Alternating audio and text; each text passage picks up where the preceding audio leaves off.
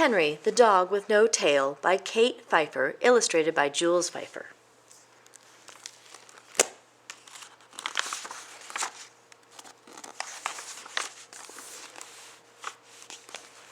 Henry wanted one thing in life. He wanted a tail. Henry was a dog with no tail, and this made him sad. All the other dogs he knew had tails. His best friend Grady, a black Labrador, had a great big tail that he swung like a baseball bat and chased like a cat. His friend Pip, a pug, could do tricks with her tail. She could twist it and curl it. Pip liked to put on shows for the other dogs. She'd ask the dogs in the audience to bark to 10, and before they were done, she had tied her tail in a bow. And then there was Larry. Larry, whose real name was Larissima, was a prize-winning poodle whose tail stuck straight up in the air and had a big puffy ball stuck to the end of it. Henry didn't care if he had a long or thin or curly or puffy tail. He didn't care what kind of tail he had. Henry moped around his house feeling sorry for himself. He moped and he moped and he moped. His owners saw how sad he was, so they told him he could find a tail. Henry thought this was a fine idea and left home in search of a tail. And naturally, when a dog goes in search of a tail, he goes to a tailor. "Hello," said Henry. "Hello," said the tailor. "I'm here for a tail," said Henry. "As you can see, I do not have one. Perhaps you have an extra." "I don't have tails here, but I could try to make you one," replied the tailor. And the tailor worked all day and all night and he made a tail for Henry. The tailor buttoned it on, and Henry went on his way. Henry wanted to show off his new tail, so he went to the park. "Look," he said, "I've got a new tail." "Wow, neat, cool," said Grady. "Does it do any tricks?" asked Pip.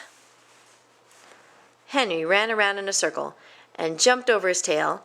The first time he did a high jump, then he did a long jump, then he ran backwards and jumped. He did a spin jump, a low jump, and a leap jump, and then he tripped. "Guess what? Dogs don't trip over real tails," said Larissima. "I think your tricks are neat," said Grady. "Sometimes tricks take practice," added Pip. "It doesn't look like a real tail to me," said Larry. "If that's a real tail, then wag it." Henry tried to wag his tail, but it wouldn't wag. "I told you that wasn't a tail," scoffed Larry. "It's a fake." Henry left the park feeling miserable. His new tail was too long, and worst of all, it didn't wag. What good was a tail that didn't wag? So Henry went to the wagon maker and asked, "Can you make my tail wag?" But the wagon maker said, "I don't make things wag, I make wagons." Henry bought a wagon from the wagon maker. He filled his wagon with food and water and left town, vowing not to return until his new tail wagged. He traveled for 3 days and 3 nights. He climbed mountains and walked around lakes.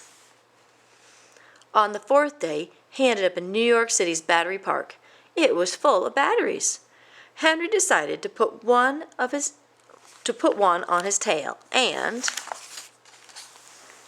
his tail started to wag.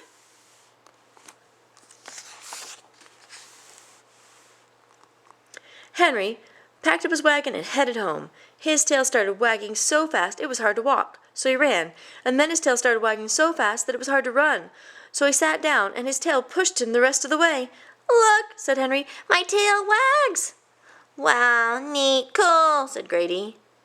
"Huh," scoffed Larry. "You can be in my show," said an excited Pip. Which was good because Henry's tail was wagging so fast it lifted him off the ground and threw him along like a frisbee. Since not many dogs have a tail that can throw them across a field, Pip was sure the show would be a great success. She called together all the dogs. After finishing her act, Pip announced her new partner. Introducing Henry, the dog with the super tail. It's unlike any tail anywhere, at any time, in any place. Please put your paws together for Henry. The dogs put paw to paw and barked a round of applause. At this point, Henry was supposed to fly onto the stage.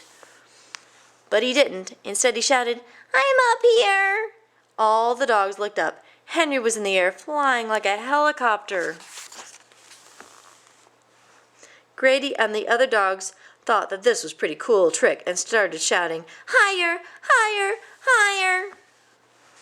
But Henry didn't want to go higher. He wanted to go lower. He wanted to be on the ground chasing balls, not up in the air dodging birds. Henry was scared. He grabbed onto a branch at the very top of a tree and held on as tight as he could. "Higher, higher, higher!" chanted the dogs below. All the dogs, that is, but one. "Take the battery off your tail," yelled Larry. Even though it was Larry's idea, Henry knew it was a good idea. He took the battery off his tail and it stopped wagging. Then he took off his tail and hung it from a branch on the tree. Henry the dog, with no tail, carefully climbed down the tree. "Wow, neat cool," said Grady. "What a show!" exclaimed Pip. "You know, I guess you're not so bad without a tail," conceded Larry, and Henry agreed. "I think my days of having a tail are behind me," he said. To this day, Henry's tail remains on the tree, flapping like a flag in the wind, and to this day, Henry, the dog with no tail, is very happy that he's a dog with no tail and a tale to tell. The end.